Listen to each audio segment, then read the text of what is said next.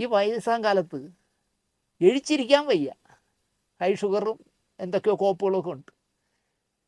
അങ്ങനെ ഈ പ്രായത്തിൽ ഈ അസുഖത്തിലുമൊക്കെ ഇരിക്കുമ്പോൾ ഇയാൾ എന്തിനാണ് ഒരു സ്ത്രീയുടെ മുറിയിൽ അതിക്രമിച്ച് കയറിയെന്ന് എനിക്കറിയില്ല. എന്ത് തേങ്ങയ്ക്കാണെന്നാണ് എനിക്ക് അയാളുടെ ചോദിക്കുന്നത്.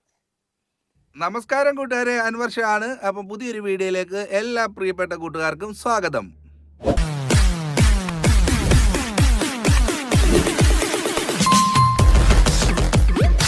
അപ്പം ഞാൻ വീണ്ടും ഒരു പുതിയ ടോപ്പിക്കുമായി വന്നിരിക്കുകയാണ്. മറ്റൊന്നുമല്ല, നമ്മളുടെ താത്വിക അവലോകനത്തിൽ ഏറ്റവും മികച്ചു നിൽക്കുന്ന കേരളത്തിലെ ഏറ്റവും നല്ല അവതാരകനായ ശാന്തിവിള ദിനേശേട്ടൻ, അതെ, ഇടതുപക്ഷ ചിന്താഗതിക്കാരനായ പുള്ളിയുടെ പാർട്ടിയിൽപ്പെട്ട സഖാക്കന്മാരെ കുറിച്ച് കുറച്ച് വാക്കുകൾ പറയുന്നത് ഒരു വീഡിയോയിൽ ഞാൻ കണ്ടു. അപ്പോൾ അത് കണ്ടപ്പോൾ എനിക്ക് ഒരുപാട് ചിരി വന്നു. അത് മാത്രമല്ല, നിങ്ങളുമായിട്ടൊന്ന് പങ്കുകൂടി വെക്കാമെന്ന് വിചാരിച്ചു.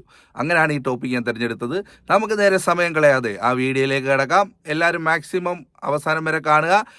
നമ്മളെ ഒന്ന് സപ്പോർട്ട് തരാൻ വേണ്ടി ചാനൽ സബ്സ്ക്രൈബ് ചെയ്യുന്ന കാര്യം കൂടി ഒന്ന് പരിഗണിക്കുക. അപ്പം നമുക്ക് നേരെ വീഡിയോയിലേക്ക് പോകാം. 10-60 ലക്ഷം രൂപ മുടക്കി പുതിയ കാറൊക്കെ എടുത്ത് അതിൽ വന്നിങ്ങനെ ചാടി ആളുകളുടെ ഇടയിലൊക്കെ കൊണ്ട് നിർത്തിയിട്ട് ചാടി ഇറങ്ങിയൊക്കെ പോകണമെന്ന് കാണാൻ. അവരൊക്കെയാണ് ഇപ്പോൾ അക്കാഡമിയിലെ ആൾക്കാർ. പിന്നെ സജി ചെറിയാൻ്റെ സപ്പോർട്ടുമുണ്ട്. സജി ചെറിയാൻ്റെ മാത്രമല്ല എന്നാണ് ഞാൻ അറിഞ്ഞത്. എം സ്വരാജിൻ്റെയൊക്കെ ഒരുപാട് സപ്പോർട്ടുണ്ടെന്ന് പറയുന്നു. സ്വരാജിനെ പറ്റി ചില കഥകൾ എന്നോടൊരു സഖാവ് പറഞ്ഞു. നിങ്ങൾ എം സ്വരാജ് ആനയാണ്, പൂനെയാണ്, അയാൾ ഭയങ്കര കമ്മ്യൂണിസ്റ്റുകാരനാണ്, അയാൾ നല്ല വായനാശീലമുള്ളവനാണ്, നല്ലതായിട്ട് എഴുതുന്നവനാണ്, പ്രസംഗിക്കുന്നവനാണെന്നൊക്കെ നിങ്ങൾ പറയുന്നു, അടുത്ത പാർട്ടി സെക്രട്ടറി ആവാൻ യോഗ്യനാണ് എന്നൊക്കെ നിങ്ങൾ പറയുന്നു. നിങ്ങൾക്ക് എം സ്വരാജിനെ കുറിച്ച് എന്തറിയാം എന്ന് എന്നോട് ചോദിച്ചു.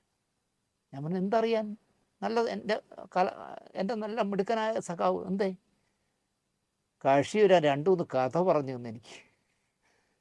എൻ്റെ ചീട്ട് കൊട്ടാരം പോലെ സ്വരാജിനെ കുറിച്ചുള്ള പ്രതീക്ഷകൾ മുഴുവൻ താഴെ വീണുപോയി. അയ്യോ, ഇത്തരക്കാരനാണോ ഞാൻ മനസ്സിൽ ബഹുമാനത്തോടെ കാണുന്ന സ്വരാജ് എന്ന് ഞാൻ അതിശയപ്പെട്ടു പോയി. ഞാൻ മുമ്പ് പറഞ്ഞിട്ടുണ്ടല്ലോ, എൻ്റെ മകൻ്റെ ഒരു പ്രശ്നവുമായിട്ട് ബന്ധപ്പെട്ട് അയാൾ പഠിച്ചിരുന്ന ഇൻസ്റ്റിറ്റ്യൂഷനിൽ ഭക്ഷ്യവിഷബാധ ഏറ്റപ്പോൾ സ്വരാജ് കൈകാര്യം ചെയ്ത രീതി, അങ്ങനെയൊക്കെ കരുതിയിരുന്ന ഒരാളാണ് ഞാൻ. എന്താണെന്ന് പറയുന്നത്, നമ്മുടെ ഈ കമ്മ്യൂണിസ്റ്റ് പാർട്ടിയിൽ ഇപ്പോൾ പറ്റുന്നത് ലൈംഗിക അരാജകത്വമാണ് ഏറ്റവും കൂടുതൽ. PT കുഞ്ഞുമുഹമ്മദ്, നിങ്ങൾ ആലോചിക്കുക, എത്ര മാന്യമായി നമ്മൾ കണ്ടിരുന്ന മനുഷ്യനാണ്, എന്ത് നല്ല മനുഷ്യനാണ് പെരുമാറ്റത്തിലൊക്കെ. ഈ വയസ്സാം കാലത്ത് എഴിച്ചിരിക്കാൻ വയ്യ. ഹൈ ഷുഗറും എന്തൊക്കെയോ കോപ്പുകളൊക്കെ ഉണ്ട്. അങ്ങനെ ഈ പ്രായത്തിൽ ഈ അസുഖത്തിലുമൊക്കെ ഇരിക്കുമ്പോൾ ഇയാൾ എന്തിനാണ് ഒരു സ്ത്രീയുടെ മുറിയിൽ അതിക്രമിച്ച് കയറിയെന്ന് എനിക്കറിയില്ല. എന്ത് തേങ്ങയ്ക്കാണെന്നാണ് എനിക്ക് അയാളുടെ ചോദിക്കുന്നത്. ഇവിടെ ഒരു MLA ഉണ്ട്, സുമുഖമായ സമർത്ഥമായ താടിയൊക്കെ തടവി ചതുരവടിവിൽ വർത്താനമൊക്കെ പറഞ്ഞു നടക്കുന്നവരുന്നത്. കേരളം കണ്ട ഏറ്റവും കൂതറായ ഒരു പെണ്ണിന് റെയിൻകോട്ട് വാങ്ങിച്ചു കൊടുക്കുക. അവളാണെങ്കിൽ കേരളത്തിലെ ഏതാണ്ട് എല്ലാ പോലീസുകാരെയും DGP ഒഴിച്ച് ബാക്കി എല്ലാവരെയും കെണിയിലാക്കിയ ഒരു വൃത്തികെട്ട സ്ത്രീയാണ്. അങ്ങനെയുള്ള കൂതറകളുടെ ഒക്കെ കൂടെയാണ് ഈ പറഞ്ഞ സഖാവ് MLA എന്താ പറയുക ശൃംഗാരം നടത്തുന്നത്. അവൾ വരച്ച വരെ നിർത്തി പൈസ വാങ്ങിക്കും, ഭീഷണിപ്പെടുത്തി. ഇപ്പം പുറത്തും വാർത്ത അറിഞ്ഞു, നാണം കെട്ട് നടക്കുക.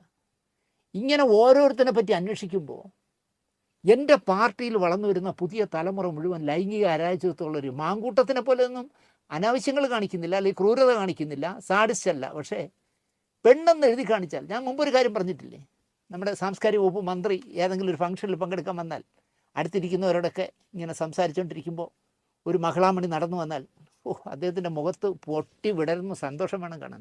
ഇവിടെ ഇരിക്കാം, ഇവിടെ ഇരിക്കും. പ്രോട്ടോക്കോളൊന്നും പുള്ളിക്ക് പ്രശ്നമില്ല, ഐറ്റം ആയിരുന്നത്. ഗതികേടാണ് കേട്ടോ എൻ്റെ പാർട്ടിയുടെ കാര്യം.